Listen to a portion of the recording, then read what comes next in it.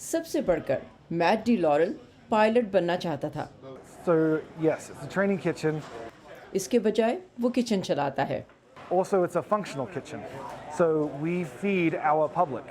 وہ عوام کو ایک دن میں 500 پلیٹ کھانا کھلاتا ہے. So you see over here, my sous chef. کچھ عرصے پہلے تک وہ بے گھر تھا، ناکام شادیوں اور کوکین اور میتھ کے استعمال سے پریشان تھا. Yeah, so ہاں، اسے میں منشیات کی فرضیلت کہتا تھا. میں 16 سال کی عمر سے منشیات کا عادی تھا. 16 years old. 2019 میں ڈی لورل نے زندگی میں بہتری کی ایک آخری کوشش کی. I felt میں نے محسوس کیا یہ کیا ہو رہا ہے، میں خود کو مارنے والا ہوں.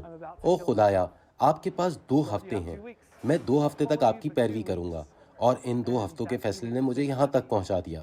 یہ اسپرنگس ریسکیو مشن ہے، بے گھروں کے لیے مسیحی عقائد پر مبنی پناہ گاہ، جس کے منتظمین کا کہنا ہے کہ وہ ہر طرح کے لوگوں کا خیر مقدم کرتے ہیں، چاہے ان کے مسائل جو بھی ہوں.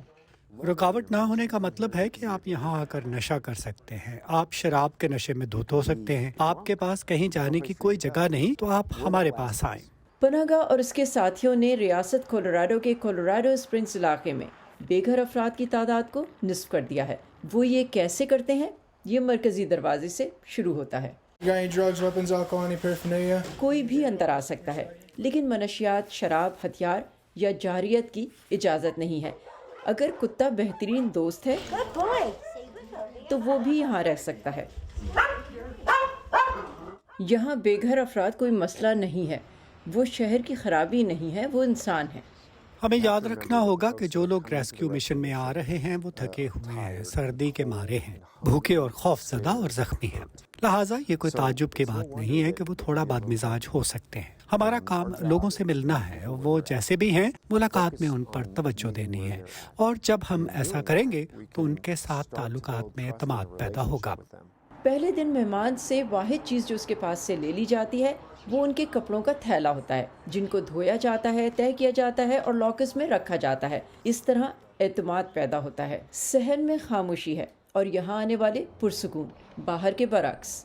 اس طرح کے ماحول میں حفاظت اور سلامتی ہی مہمان نوازی ہے. پناہ گاہ کے کیمپس میں بار لگانے اور اپنا استقبالیہ مرکز کھولنے سے پہلے یہاں آنے والے 4 مہمانوں میں سے صرف ایک خاتون تھی، لیکن اب آدھی سے زیادہ خواتین ہیں. Marie will be here, our volunteer, and she'll help you with your resume. Rescue mission ہر ماہ 40 لوگوں کو نوکریوں پر رکھتا ہے، لیکن اصل کام یہاں پھرتی، ذمہ داری اور ای میل کا جواب دینے کا طریقہ سکھانا ہے. And that's going to be Tuesday and Thursday mornings. آپ یہ سمجھنا چاہتے ہیں کہ آپ کا مشن کیا ہے اور آپ اسے آگے بڑھانا چاہتے ہیں. برکس ایک مختلف قسم کا مشن چلاتے تھے. وہ اپنی ایئر فورس کے ریٹائرڈ میجر جنرل ہیں جنہوں نے لڑاکا طیارے اڑائے، مگر اب وہ یہاں آنے والوں کو اور طرح کی لینڈنگ کرنا سکھا رہے ہیں. ریسکیو مشن کے کچھ ناقدین بھی ہیں. کچھ لوگ مذہبی تعصبات کی شکایت کرتے ہیں.